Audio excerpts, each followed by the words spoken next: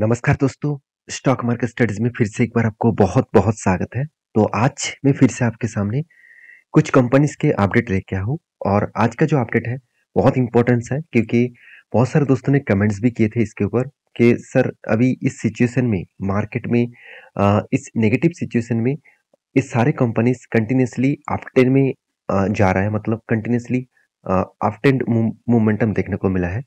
तो क्या इस कंपनी के ऊपर इस टाइम में निवेश करना सही होगा? कि इस टाइम में इस कंपनी के ऊपर मतलब कुछ काम करना सही होगा? तो चलो आज मैं उसी के बारे में चर्चा करूँगा। तो वीडियो को देखने के बाद आपको खुद ही पता चलेगा कि इस कंपनी के ऊपर करना क्या है। देखिए मैं कभी भी डायरेक्टली कोई भी रिकमेंडेशन नहीं करता हूँ क्योंकि रिकमेंडेशन करने के लिए मैं वीडियो नहीं बना रहा हूँ। मेरा काम है आपको कंपनी के बारे में जानकारी देना। कंपनी के बारे में जानकारी लेकर आप और अलग जगह से भी डेटा कलेक्ट करके आप उसको फाइंड आउट कर सकते हैं कौन सा कंपनी के ऊपर आपको निवेश करना चाहिए। तो वीडियो को आगे आगे बढ़ाने से पहले मैं रिक्वेस्ट करूंगा चैनल को सब्सक्राइब नहीं किया तो जरूर कर लीजिएगा। टेलीग्राम को भी ज्वाइन नहीं करिए तो मतलब अभी तक ज्वाइन नहीं किया तो वो भी कर सकते हैं। नीचे सारे लिंक अवेलेबल है। फर्स्ट जो कंपनी जिसके बारे में चर्चा करें उसका नाम है मेट्रो बैंड। देखिए आप सभी जानते हैं मेट्रो बैंड आज इंडिया के number one footwear industries के मतलब नाम देखने को मिलेगा। मतलब फूडवेयर इंडस्ट्रीज में इंडिया के नंबर वन कंपनी है। तो लेदर इंडस्ट्रीज में कंपनी नंबर वन कंपनी है मेट्रो बैंड। तो मेट्रो बैंड क्या बहुत शानदार कंपनी है। देखिए फिगर आउट के हिसाब से देखा है तो कंपनी का आरओसी बेस्ड है। आरओई बेस्ड है। कर्जा थोड़ा सा ज्यादा है। अभी देखा जाए तो कंपनी का कर्जा 0.63 के आसपास है। ऐसे नहीं कि कंपनी प्रॉफिट नहीं किया, प्रॉफिट भी किया, उसके साथ साथ कर्जा भी लिया। आरओई बेस्ड है और कंपनी का वैल्यूएशन बहुत हाई है। कितना हाई है मैं आपको एक बार बता दूं। कंपनी के एक टाइम वैल्यूएशन कहाँ पे चला गया था, पी रेशियो 250 के ऊपर 260 के आसपास। और आज पी रेशियो कितना है, 94 के आसपास। और इसका एवरेज पी रेशियो दिखा दूं तो 77 रुपीज के आसपास। इसका मतलब कंपनी का जो खुद का जो एवरेज पी रेशियो है उससे भी कंपनी के ऊपर ट्रेड हो रहा है, मतलब उससे भी ज्यादा हाई वैल्यूएशन में ट्रेड हो रहा है। अभी एक चीज याद रखना कि कंपनी के ऊपर कुछ गुड पॉइंट्स भी है, जैसे company high profitable growth company बन चुके हैं। 5 साल में 20% के ऊपर कंपनी प्रॉफिट जनरेट किया। उसी के साथ साथ company healthy dividend pay out भी कर चुके हैं 39% के आसपास। अभी 39% के आसपास मतलब क्या है, यहाँ पे देख सकते हैं 0.34% के आसपास डिविडेंड पे आउट किया। इसका मतलब 1 लाख रुपया किसी व्यक्ति ने निवेश करके रखे थे तो इस साल में उसको करीबन करीबन आप बोल सकते हैं 340 रुपीज डिविडेंड के हिसाब से मिला। तो इसमें उतना खास डिविडेंड नहीं दिया, फिर भी डिविडेंड कंपनी पे आउट तो किया। तो कंपनी के ऊपर सबसे जो इंपॉर्टेंट पॉइंट है क्वार्टरली रिजल्ट। अब ध्यान दीजिएगा कंपनी के इस बार जो सेल्स का रिपोर्ट है सितंबर का, तो पिछले बार की तुलना से इस बार सेल्स बढ़ा। 476 से बढ़ के हो चुके 556। उसके साथ साथ कंपनी का एक्सपेंस भी देखा जाए तो बढ़ चुके हैं। अभी उसी के साथ साथ कंपनी का प्रॉफिट भी बढ़ा। मगर दिक्कत की बात यही है कि कंपनी का प्रीवियस जो डेटा था, प्रीवियस जो कुछ क्वार्टर गया, उस क्वार्टर में कंपनी से बहुत ज़्यादा प्रॉफिट देखने को मिला था। इसका मतलब कंपनी जो एस्टीमेट है वो एस्टीमेट को बीट नहीं कर पाया ईयर ऑफ ईयर बेसिस। तो क्वार्टर ऑफ क्वार्टर बेसिस में एस्टीमेट को तो बीट कर पाए, मगर ईयर ऑफ ईयर बेसिस में कंपनी एस्टीमेट को बीट नहीं कर पाए। तो कहने का मतलब है जब कोई कंपनी एस्टीमेट को बीट नहीं कर पाता है तो उसमें थोड़ा सा डाउन साइड मोमेंटम देखने को मिल ही जाते हैं। और रही बात कंपनी के कर्जे का, तो कंपनी जो कर्जा उठाया पहले देखिए ना के बराबर कर्जा था, आज कंपनी कर्जा ज्यादा उठाया। उसके पीछे रीजन सबसे पहले देख लेते हैं कि कंपनी को कितना प्रोजेक्ट मिला। देखिए कंपनी का जो ट्रेड रिसीव हुआ 130 करोड़ और कंपनी प्रॉफिट कितने किए, कंपनी प्रॉफिट किए 350 करोड़। इसका मतलब कंपनी के हाथ में जो पैसा प्रॉफिटेबल में है उस पैसे को बिजनेस के हिसाब से वो लगा सकते हैं। तो कर्जा किस बेसिस में लिया, अगर मैं कर्जे के डिटेल्स के बारे में बात करूं तो कंपनी एक्चुअली कोई कर्जा नहीं लिया। एक्चुअली कंपनी का लीज लाइबिलिटी है। लीज लाइबिलिटी ने ही कंपनी पैसा कर्जे के हिसाब से उठाया। अब लीज लाइबिलिटी होता क्या है, देखिए कभी कभी बिजनेस करने के लिए किसी मान के चलिए आप कोई भी बिजनेस करना चाहते हैं तो उसके लिए कोई ना कोई मतलब घर आपको रेंट पे लेना होगा, दुकान आपको भाड़े पे लेना होगा। तो उस भाड़े पे लेने के लिए आपको डिपॉजिट मनी देना पड़ता है। तो उसी तरीके से चीज़ों को आपके लिए जैसे लीज लायबिलिटी होगा उसी तरीके से कंपनी को भी इसी सिचुएशन के हिसाब से लीज लायबिलिटी देखने को मिल जाते हैं। तो मेरे हिसाब से तो ठीक ठाक ही है, कर्जा तो नहीं है, लीज लायबिलिटी है, वो आज नहीं तो कल वो ऑब्वियसली चुका पाएंगे। तो एज ए इन्वेस्टर देखिए प्रोमोटर के बाद एफ पब्लिक धीरे धीरे करके खुद का होल्डिंग को इंस्टीट्यूशन खुद का होल्डिंग को बढ़ा रहा है। तो इंस्टीट्यूशन मतलब देखिए, एफएस ने भी होल्डिंग को थोड़ा सा यहाँ पे डिक्लाइन किया, मगर डीएस ने होल्डिंग को बढ़ा दिया। अभी यही चीज को मैं लास्ट कुछ फ्यू डेज का डिलीवरी का डेटा दिखा दूं तो उतना खास डिलीवरी देखने को नहीं मिला। डिलीवरी कुछ अप 10 में जा रहा था, उसके बाद देखिए डायरेक्टली डाउन 10। तो अभी प्रॉफिट अच्छा हुआ, फिर भी डाउन 10 क्यों है? क्योंकि कंपनी का जो एस्टीमेट है वो एस्टीमेट मिसिंग हो चुका है, जिसके लिए जो लोग मतलब यहाँ पे इन्वेस्टमेंट करने के लिए सोच रहा था, वो यहाँ पे इन्वेस्टमेंट यहाँ पे उतना ज्यादा नहीं हो रहा है। तो इस बात को आपको याद रखना है कि कंपनी के ऊपर ट्रेडिंग तो हो रहा है मगर डिलीवरी उतना ज्यादा नहीं है, और ट्रेडिंग के परसेंटेज भी दिखा दूं तो ट्रेडिंग भी उतना भी ज्यादा नहीं हुआ जितना होना चाहिए था। तो फिलहाल के लिए इसका चार्ट पैटर्न क्या बता रहा है, ध्यान से देखना। कंपनी के ऊपर कंटिन्यूसली एक अप टेन मोमेंटम देखने को मिला है। जब जब से कंपनी स्टार्ट हुआ तब से लेकर कंपनी अप टेन में है। तो थोड़ा सा ऊपर गया, उसके बाद होल्ड किया, फिर से ऊपर गया, फिर से होल्ड किया, और देखिए फिर से ऊपर गया, और फिर से मुझे लगता है कुछ जगह पे भी वो होल्ड कर सकता है। तो इसका मतलब है कंपनी हमेशा हायर हाई और उसके बाद स्टेबल हो रहा है, उसके बाद हायर हाई बनाते जा रहा है। इस तरीके से कुछ काम करते जा रहे हैं। इसका मतलब फिर से अगर यहाँ पे कुछ टाइम अगर बिताए, यहाँ पे कुछ टाइम बिताए, उसके बाद ब्रेकआउट करे, तो सोच लेना फिर से एक रैली जरूर देखने को मिल सकता है। फिलहाल के लिए जो मार्केट का जो सिनेरियो है उस सिनेरियो में थोड़ा सा प्रेशराइज बन सकता है। तो आपके क्या राय है मेट्रो बैंक के ऊपर जरूर कमेंट्स करना। तो जितने सारे दोस्त मुझे कमेंट्स कर रहे थे कि इस कंपनी के ऊपर क्या किया जाए, मैं एक ही चीज कहूंगा, कंपनी में लॉन्ग टर्म जर्नी के लिए जरूर सोचिए। शॉर्ट टर्म में कुछ भी हो सकता है, तो लॉन्ग टर्म में इस कंपनी के ऊपर कुछ ग्रोथ होने का चांसेस शायद आपको दिख जाए। तो नेक्स्ट जो कंपनी है जिसके बारे में चर्चा करूँ उसका नाम है सीडीएसएल।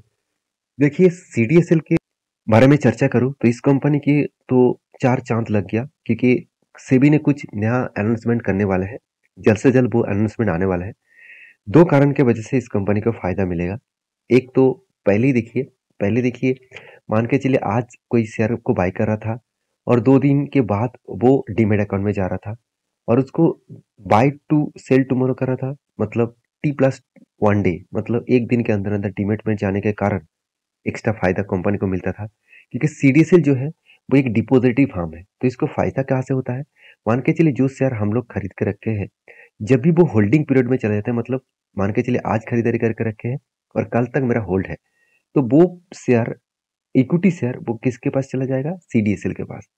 तो सोचिए, तो या तो ठीक ठाक था, कंपनी का अच्छा खासा प्रॉफिट मिल रहा था, वो तो ठीक ठाक है। अभी देखिए जितने सारे लोग डिलीवरी उठाते हैं उससे कई गुना ज्यादा लोग ट्रेडिंग करते हैं। अभी सेबी ने एक नया रूल्स भी ले आने के लिए सोचा, और जिसका फायदा डायरेक्टली सीडीएसएल को होगा। और ये मतलब ये अनाउंसमेंट मुझे लगता है अभी तक नहीं आया, और फाइनली जब आएगा तो मैं आपके साथ जरूर शेयर करूंगा। वो अनाउंसमेंट क्या है, सबसे पहले वो जब समझ लीजिए कि मान के चलिए आज आपने ट्रेडिंग किया और सुबह की 10 बजे, और आपका ट्रेडिंग मान के चलिए 12 बजे के बाद, 12 बजे के बाद आप यहाँ पे 10 बजे के में बाई किया, और 12 बजे के बाद आपने सेल किया।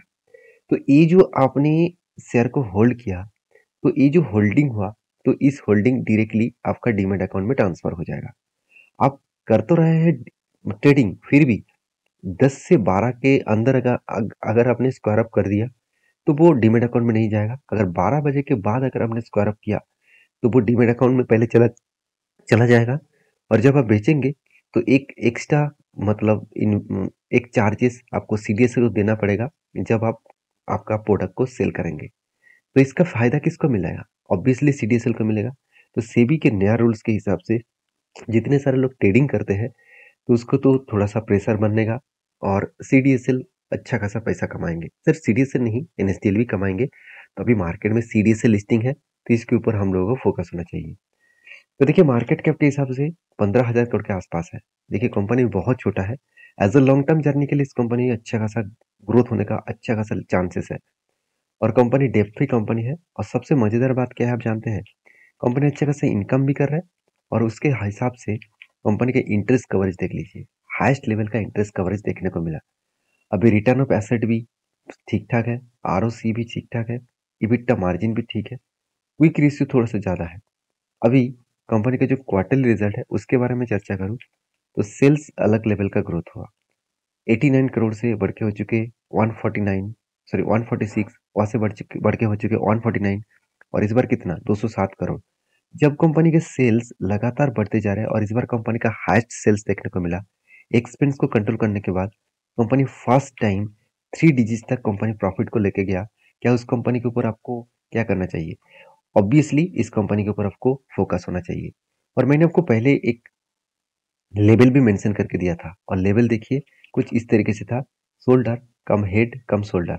मुझे कुछ दोस्त हमेशा कमेंट करते ये बताते हैं कि सर आप हमेशा cup with handle pattern, head and reversal head and shoulder pattern, इस तरीके से पैटर्न्स के ऊपर काम क्यों करते हैं?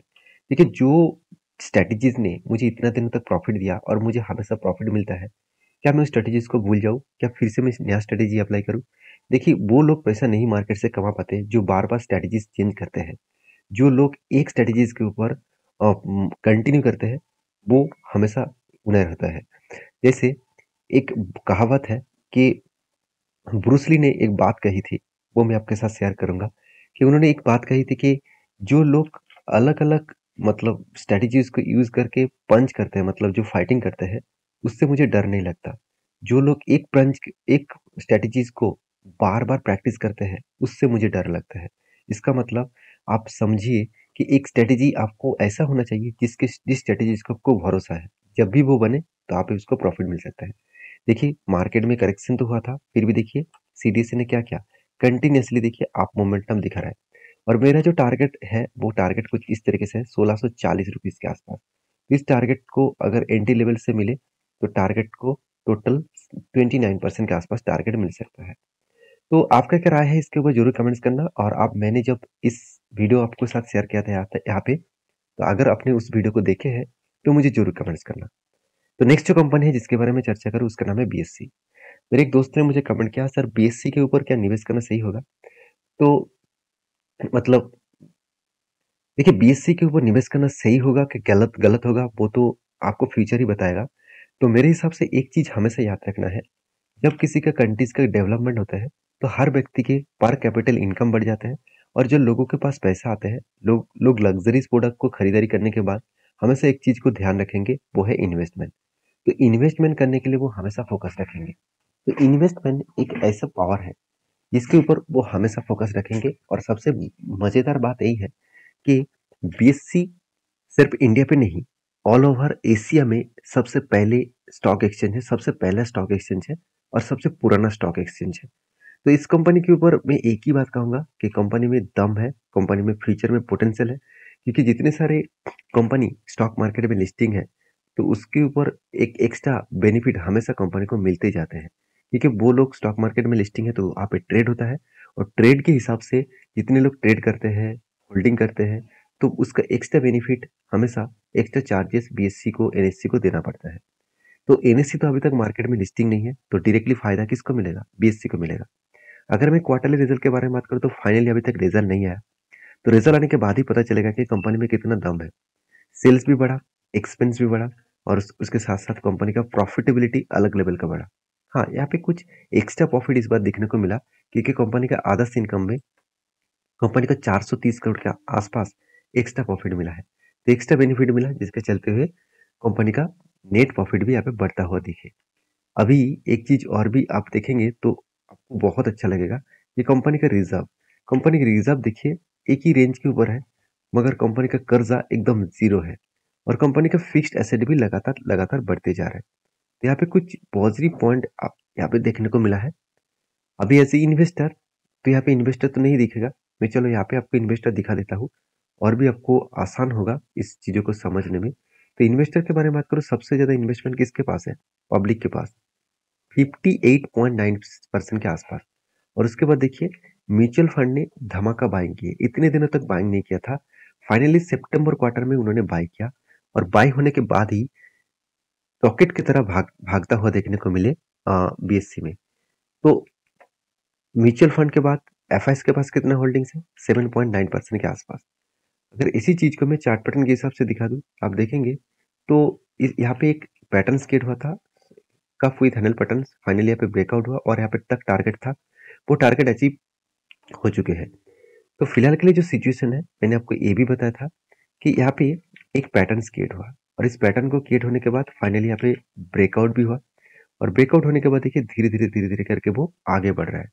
तो मेरे हिसाब से एक पॉइंट ऑफ व्यू से मैं एक चीज कहूँ जरूर आपको, कि जब भी आप किसी कंपनी के ऊपर निवेश करना चाहेंगे, तो उसके ऊपर आपको रिसर्च होना चाहिए। देखिए मैंने आपको ये बताया था कि यहाँ पे जिस तरीके से वॉल्यूम क्रिएट हुआ, तो अपर में साइड में गया, फिर से वॉल्यूम चाहिए कि आगे जाने के लिए। देखिए यहाँ पे जिस तरीके से वॉल्यूम क्रिएट हुआ और जिस तरीके से ट्रेंड देखने को मिला है, तो मुझे लगता है कंटिन्यूअसली कंपनी अप ट्रेंड में जा सकते हैं। अभी मैं इस लोअर साइड से टॉप लेवल तक मार्किंग करूँ, तो एक शानदार तरीके से एक पैटर्न क्रिएट हुआ है। इस पैटर्न को आपको हमेशा याद रखना है। ये पैटर्न जब जब बना, तब तब मुझे सबसे ज्यादा प्रॉफिट मिला इस तरीके से पैटर्न में। और व्यू पैटर्न क्या है? एक रेंज पैटर्न। ध्यान दीजिएगा इस पैटर्न को। तो मैं यहाँ पे एक पैटर्न बन चुके हैं जो करीबन 30% के आसपास। जब भी करेक्शन होकर इस लेवल को टच करे, तो यहाँ पे एंट्री बनेगा और इस लेवल तक टारगेट बनेगा। तो देखिए इस तरीके से मैं पैटर्न्स को यूज करके काम करता हूँ। आप डायरेक्टली इस तरीके से पैटर्न्स को यूज मत करिएगा। आप इस पैटर्न्स को फॉलो करिए, वॉच करिए, बैक टेस्टिंग करिए। उसके बाद अगर आपको लगे कि हाँ, यहाँ पे इस तरीके से पैटर्न्स के ऊपर काम करना चाहिए, तो आप काम कर सकते हैं। जैसे देखेंगे तो यहाँ पे भी एक पैटर्न क्रिएट हुआ। तो इस पैटर्न भी में थोड़ा सा, अब अगर आपको कलर मार्किंग कर दूं तो आपको पता चलेगा। यहाँ पे भी एक रेंज क्रिएट हुआ 20% के ऊपर, और यहाँ पे भी एक रेंज क्रिएट हुआ। जब जब इस रेंज को टच करेंगे, तब तक एक एंटी जरूर बनेगा। तो मैं इंतजार कर रहा हूँ, जब इस लेवल तक आएगा तो मैं जरूर कुछ एंटी लूंगा। तो आपके क्या राय है इसके ऊपर, जरूर कमेंट्स करके बताना। नेक्स्ट जो कंपनी जिसके बारे में चर्चा करूँ, उसका नाम है HPAL। तो HPAL मतलब क्या है? HP अधिसाब लिमिटेड। तो HP अधिसाब लिमिटेड जब से स्टार्ट हुआ, तब से लेकर कुछ मोमेंटम नहीं हुआ था। तो इस मार्च के बाद यहाँ पे अच्छा खासा धमाका हुआ। क्यों? क्योंकि कंपनी एक बहुत बड़ा अनाउंसमेंट कर दिया। वो अनाउंसमेंट क्या है? वो है एक्स्ट्रा बेनिफिट के हिसाब से स्प्लिट। तो कंपनी आपको स्प्लिट देने वाला है 9 तारीख को, और हर एक शेयर के बदले आपको 5 शेयर स्प्लिट के हिसाब से देने वाला है। तो वीडियो में कुछ जानकारी अगर अच्छा मिले, तो प्लीज लाइक करना, दोस्तों के साथ शेयर भी करना, और चैनल को सब्सक्राइब भी करना। मिलते हैं नेक्स्ट वीडियो में, तब तक के लिए अच्छे से रहिए, अपने ख्याल रखिए। धन्यवाद।